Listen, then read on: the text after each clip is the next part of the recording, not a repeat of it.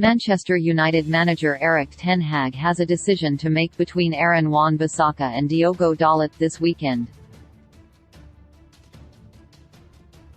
The latter has been the first-choice right-back for over 18 months, but Wan-Bissaka is enjoying a renaissance.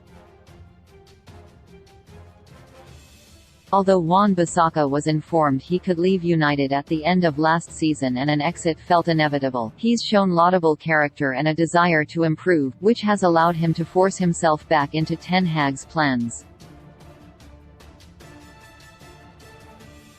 The right-back played more minutes at Old Trafford in the last few weeks of the festive period than he did in the 11 months preceding that spell, and he was preferred to start both legs against Barcelona in the Europa League.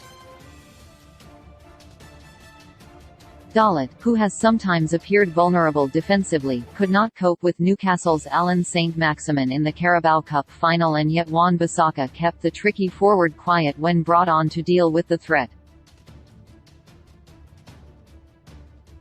Liverpool have more talented attacking players than Newcastle, and starting Wan-Bissaka is the logical choice. It's understood Erik ten Hag would endorse a move for Jude Bellingham if the Borussia Dortmund player was receptive to a switch to Old Trafford, although that's hardly a surprise given he's currently the most sought-after midfielder in Europe. Bellingham is just 19 years old, but he speaks with maturity beyond his years. He's also outstanding on the pitch, more importantly, and Dortmund have already braced themselves for his transfer away from the club this summer. There are few clubs in Europe that can afford Bellingham and his wages, and if not Real Madrid, his most likely destination in England seems to be United or Liverpool, two clubs which have closely followed his progress in Germany. Liverpool were the most likely English front-runner until this season. Jurgen Klopp's side have struggled, and it's possible they will fail to secure Champions League football, which would make the thought of a move to Manchester more appealing for Bellingham. Bellingham will no doubt watch the game between the two sides on Sunday, and the winning team could make a statement. United last won at Anfield in January 2016. Louis van Gaal oversaw that result, and Wayne Rooney scored the only goal in a narrow 1-0 win, but the 7 years that have followed that afternoon have seen joyless visits to Merseyside for United. Since that victory, United have made 7 appearances at Anfield, and they have lost 4 of those games, drawn 3 and conceded 11 goals, and perhaps most concerningly, have only scored a single goal across that period.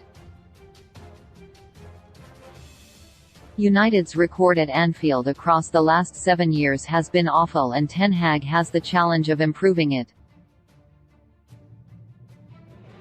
Liverpool defeated Wolves 2-0 earlier this week with a midfield of Harvey Elliott, Fabinho and 18-year-old Stefan Bajcetic.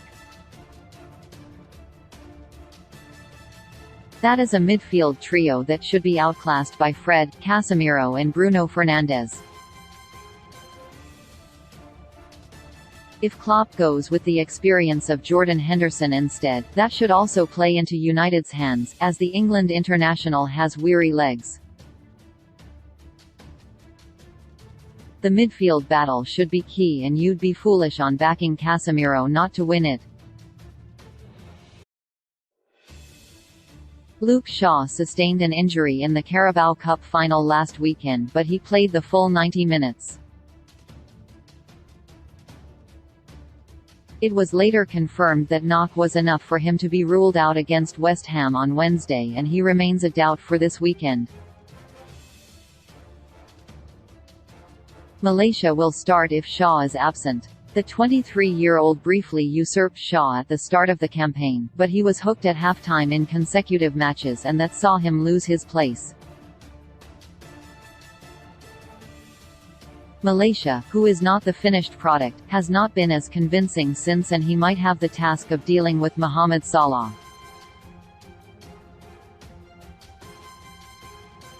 Now in this righteous world I have to suffer all around me.